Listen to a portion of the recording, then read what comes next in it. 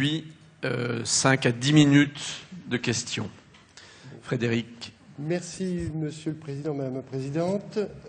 Écoutez, c'est un plaisir et un honneur d'être ici pour vous présenter cette session un peu originale. Donc, on va tout de suite aller dans les avancées récentes qui ont modifié nos pratiques. Alors, ça peut être nos pratiques, aussi nos réflexions. Hein. Peut-être que je vais être un tout petit peu en avance sur vous, mais il y aura on va dire, des choses qui, vous verrez, qui viendront dans le domaine courant. Première chose en fait qu'il faut noter, c'est grâce à Cubrea, on a pu faire, grâce à Philippe Aguerter et à Bertrand Guidet, reprendre des données franciliennes sur les intoxications aiguës.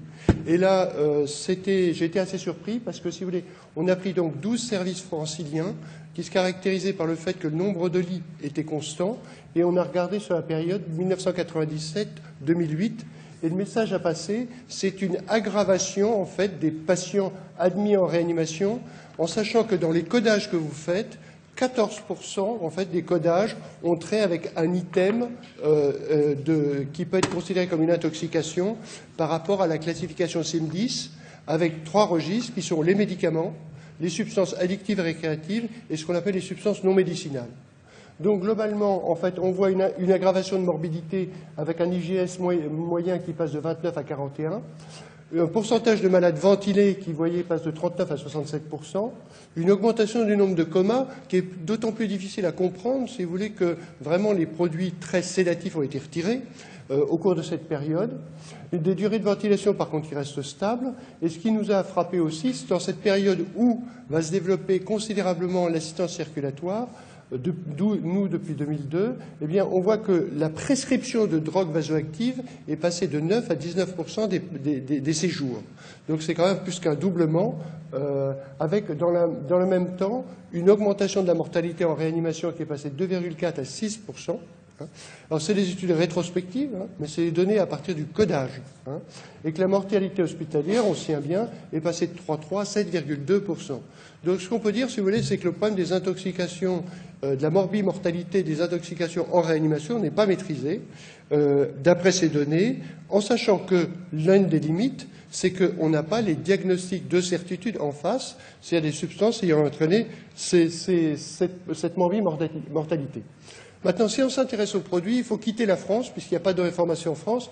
Il faut aller aux États-Unis, où il y a notamment un État qui s'appelle la Floride, qui est un État observatoire, où un certain nombre d'analyses toxicologiques sont faites sur tous les décès suspects. Et alors là, le message, il est très fort et très franc, il se confirme d'année en année, c'est que la mortalité par médicaments prescrits dépasse maintenant très largement la mortalité induite par les substances illégales. Oui. Donc il y a plus de morts par oxycodone, par alprazolam, les têtes de liste, vous voyez, c'est l'oxycodone qu'on retrouve en oxycontin, l'alprazolam, la méthadone, et notamment parce que la méthadone a été élargie dans ses prescriptions comme non seulement traitement de substitution de la toxicomanie à l'héroïne, mais aussi comme antalgique.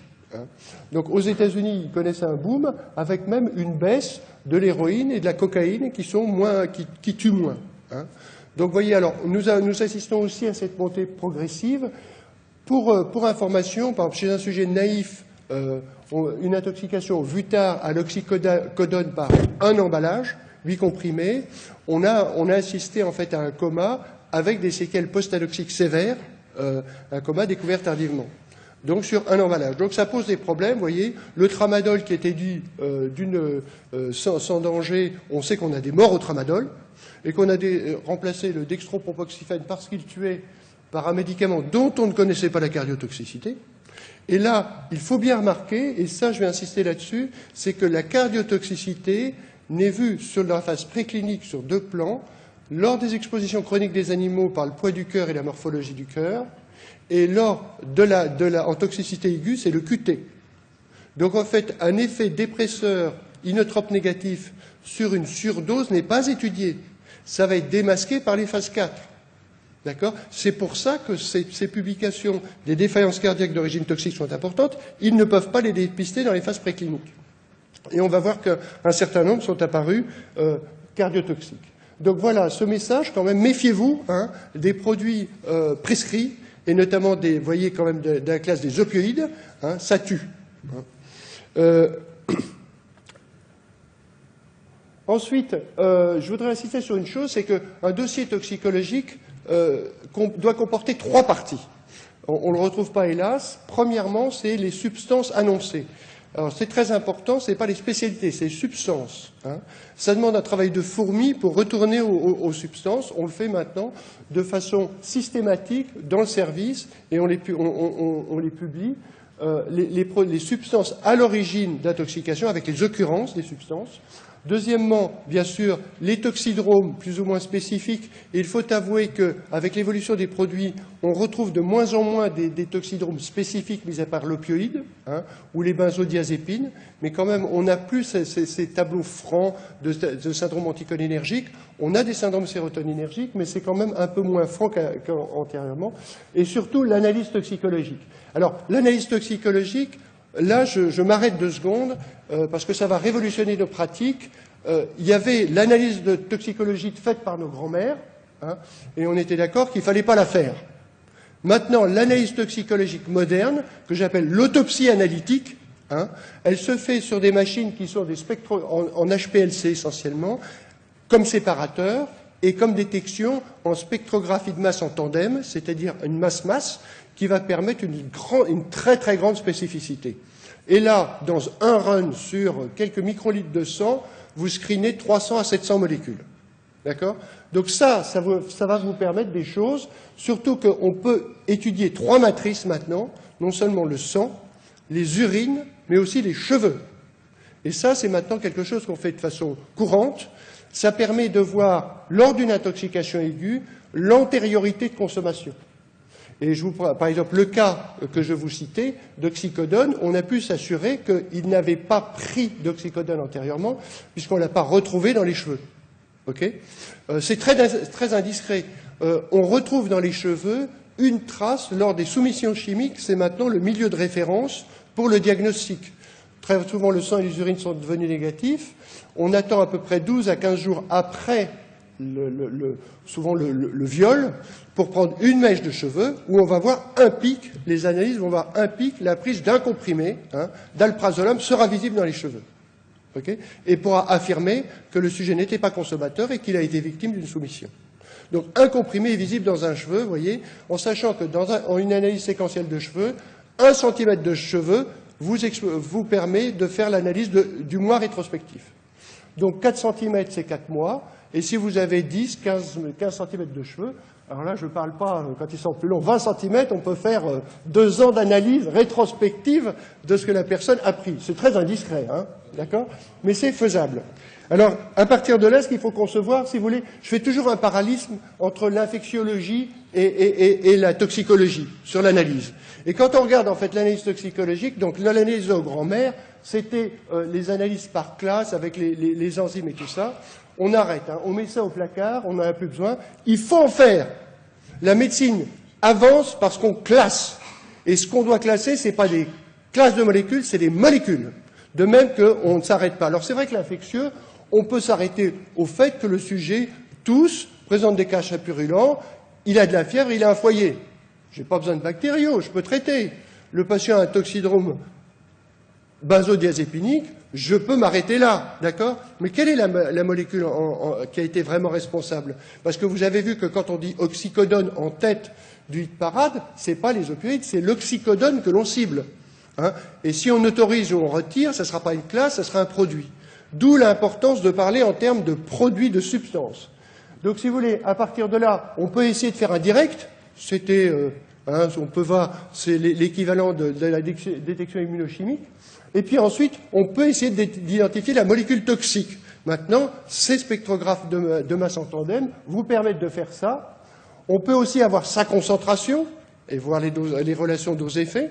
Et puis, on peut aussi voir carrément des données sur le métabolisme et le phénotype. Voir, dans la codéine, on dose systématiquement la codéine et la morphine, et on peut, à partir de là, détecter des gens qui sont déficients en 2D6. Hein. Donc ils vont accumuler. Là, ça les protège de toxicité. À l'inverse, on peut avoir des métaboliseurs rapides où la codéine se transforme très vite en morphine. Et là, vous avez des métaboliseurs ultra rapides. Donc vous avez un certain insight sur un certain nombre de phénotypes. Hein, et notamment, on fait maintenant le dosage des molécules mères, des métabolites actifs et des produits qui pourraient interagir sur le plan pharmacocinétique.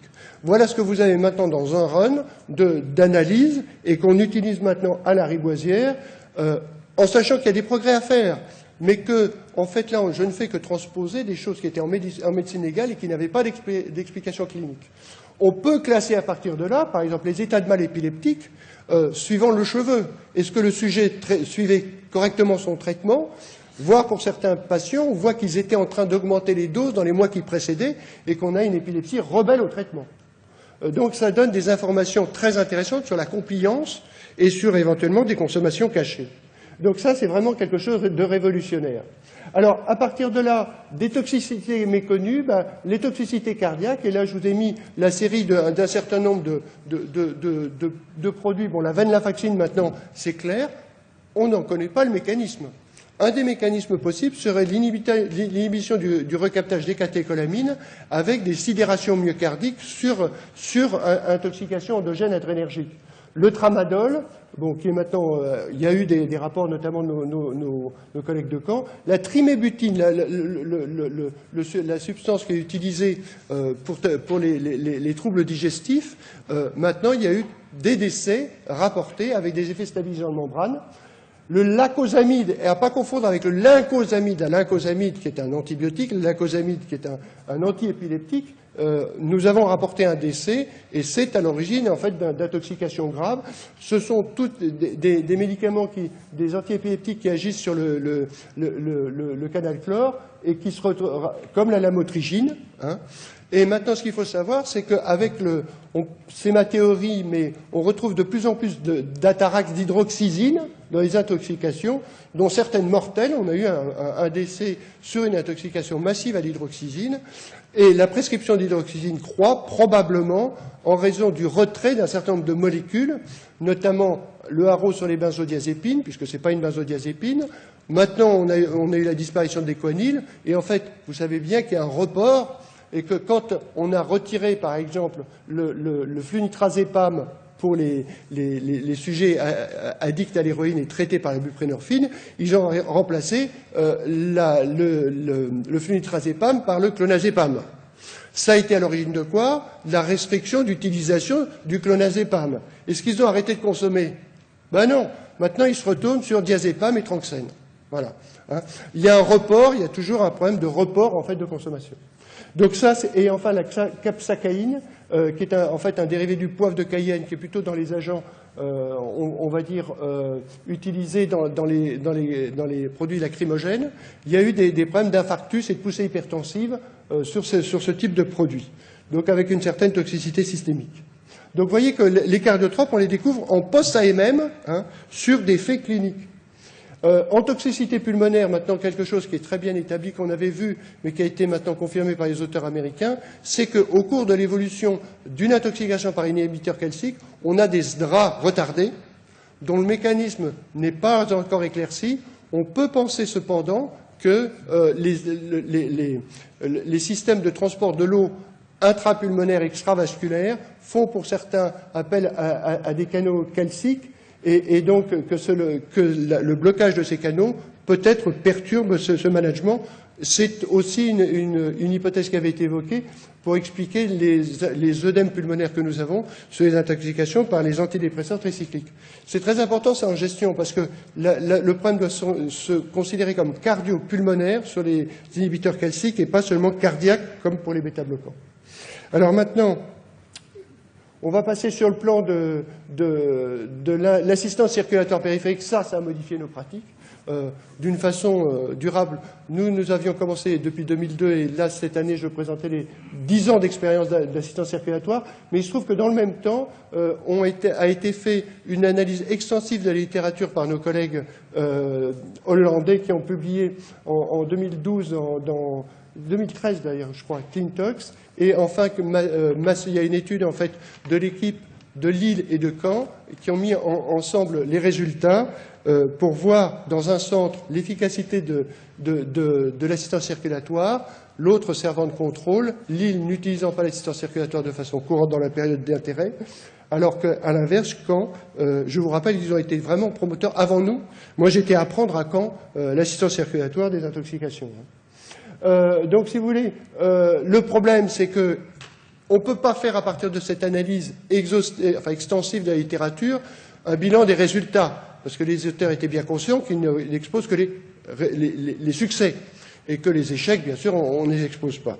Donc ça, cette étude ne permettait pas. En tous les cas, elle permet en fait de voir, et là vous avez toute la liste des produits qui ont fait l'objet d'une assistance circulatoire. Alors, à noter quand même les problèmes d'ingestion d'hydrocarbures pétroliers chez l'enfant, type white spirit ou des trucs comme ça, avec 31 assistances circulatoires. C'est essentiellement du véno-veineux, hein. Donc j'ai mis un essai chez l'enfant. Ensuite, vous voyez que tous les autres, je les ai classés par ordre de fréquence tels qu'ils étaient rapportés par ces auteurs. Et vous voyez qu'en top, vous avez l'avlocardil, le sectral et le verapamil. Après, vous voyez des psychotropes. Il est très probable que, et on verra, que c'était en fait non pas des arrêts cardiaques sur toxicité cardiaque, mais des arrêts cardiaques hypoxiques, mais présentés comme au cours d'intoxication. Alors, vous voyez aussi la flécaïne qui apparaît, donc, et le tramadol, donc, qui apparaît aussi dans cette liste, en sachant que vous avez tout un tas de produits pour lesquels il n'y a que l'expérience de 1. Donc ça, c'est tous les produits pour lesquels une assistance circulatoire a été faite. L'éthanol est cité. L'éthanol n'a jamais conduit par lui-même à une assistance circulatoire, mais a été dosé au cours d'intoxication conduisant à une assistance. Donc l'expérience de Lille-Caen est intéressante parce qu'elle montre d'abord la rareté. Hein. C'est très difficile de dire se lancer dans l'assistance circulatoire lors des intoxications. On est premièrement confronté à un problème de rareté. La majorité des chocs observés au cours des intoxications sont vasoplégiques, avec une part de vasoplégie artérielle. Là, vous voyez que dans cette série, avec une grosse partie quand même de la France, sur 2350 intoxications, un choc cardiogénique ne va être retrouvé que chez 62 intoxications. C'est rare. Donc il faut savoir les manager. 52 chocs réfractaires et 10 arrêts cardiaques. Donc le délai admission au début de l'ECLS était de 8 heures. Et donc, alors, les durées d'assistance circulatoire, on se retrouve à peu près, elles augmentent progressivement. Au début, elles étaient en heures, maintenant elles sont en jours. Est-ce que le profil change? C'est une question qui serait possible. Quant au taux de survie, alors je crois qu'il faut se méfier parce que là aussi étaient rapportés, on va dire, que les résultats favorables. Je vais vous rapporter, nous, les résultats par produit. Alors, l'étude de Caen montre quand même que la survie, l'assistance circulatoire améliore globalement la survie des chocs cardiogéniques, hein, dans des proportions quand même importantes, avec notamment pour les assistances circulatoires, alors, lors des arrêts cardiaques réfractaires, un résultat qui me paraît un peu miraculeux. En toute honnêteté, vous allez voir qu'il n'est pas aussi bon. Eux, ils ont 100% de survie. Nous n'avons que 10%. Hein. La survie des intox par stabilisant de membrane, là aussi, ça paraît vraiment le champ d'action de l'assistance circulatoire périphérique. Dans les stabilisants de membrane sont compris le sectral et l'avlocardil qui ont un effet stabilisant de membrane considéré comme à l'origine des effets particulièrement délétères. Et vous voyez que la survie des bêta-bloquants est quand même avoisine 89% dans leur série, 90%. Alors, maintenant, ce que nous avons à la Rivoisière, la première chose, c'est que pour la chloroquine qui était le plus fréquent, c'est un échec. C'est un échec probablement parce qu'il y a une déférence multiviscérale derrière et qui fait qu'on ne sait pas encore bien gérer ces patients qui ont des défaillances à la fois non seulement cardiaques, mais aussi hépatiques, rénales, pulmonaires, avec des CIVD, etc. Et donc là, on peut dire qu'il n'y a pas eu de progrès, et les progrès sont à faire. Peut-être en modifiant les prescriptions. Ensuite, oui, l'avlocardil, vous voyez, par contre, pour les autres, on est d'accord que sur les stabilisants de membrane, il y a un progrès, hein, mais on n'est pas quand même à cette hauteur.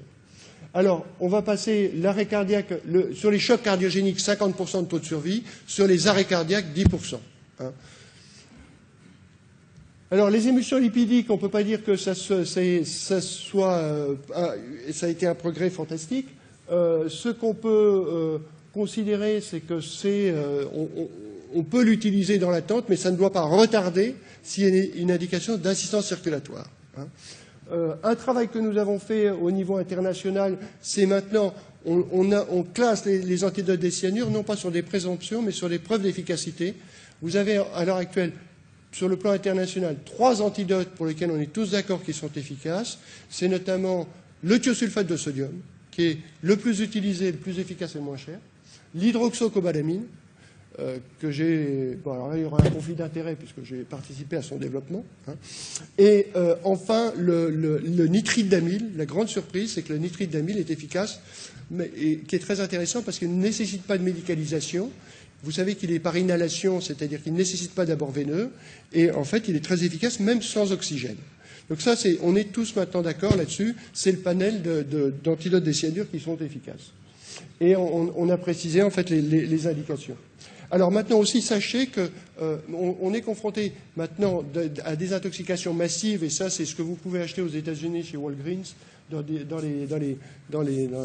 les shops américaines, des packages de 50 grammes.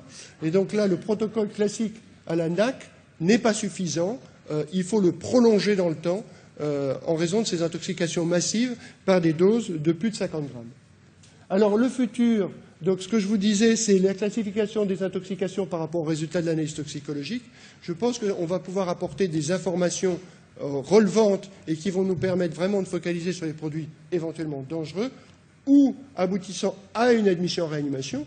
Tous les produits n'aboutissent pas à une admission en réanimation. Deuxièmement, en raison quand même de l'inefficacité de l'assistance circulatoire dans un certain nombre d'intoxications, et notamment le verapamil, ou sur certains bêta-bloquants, on voit bien que les patients extrêmement graves qui n'avaient plus de foie, plus de reins, la dialyse pour certains produits comme le verapamil n'est pas efficace. Donc à l'heure actuelle, on va étudier le MARS, mais d'une façon, on va dire, scientifique, en regardant les quantités éliminées, puis ensuite les efficacités en termes de modification d'évolution et éventuellement en termes de survie sur une étude prospective. Donc ça, j'espère que dans les congrès futurs, je pourrai vous donner des données. En tous les cas, on commence à les accumuler d'une façon avec un groupe, on va dire, national, notamment avec Limoges, qui nous aide et d'autres services dans le nord de la France. On s'intéressera notamment sur les chocs vasoplégiques. Les chocs vasoplégiques ne sont pas des indications d'assistance circulatoire. Et chez eux, on n'a rien à offrir. Et ils passent, en fait, on va le voir, en défaillance multiviscérale, défaillance rénale, défaillance hépatique, où là, on peut se poser l'intérêt. De toute façon, on n'a rien à offrir si ce n'est cela. Voilà. Je ne dis pas que c'est le meilleur, il y a des problèmes. Voilà. Je vous remercie de votre attention et de votre patience.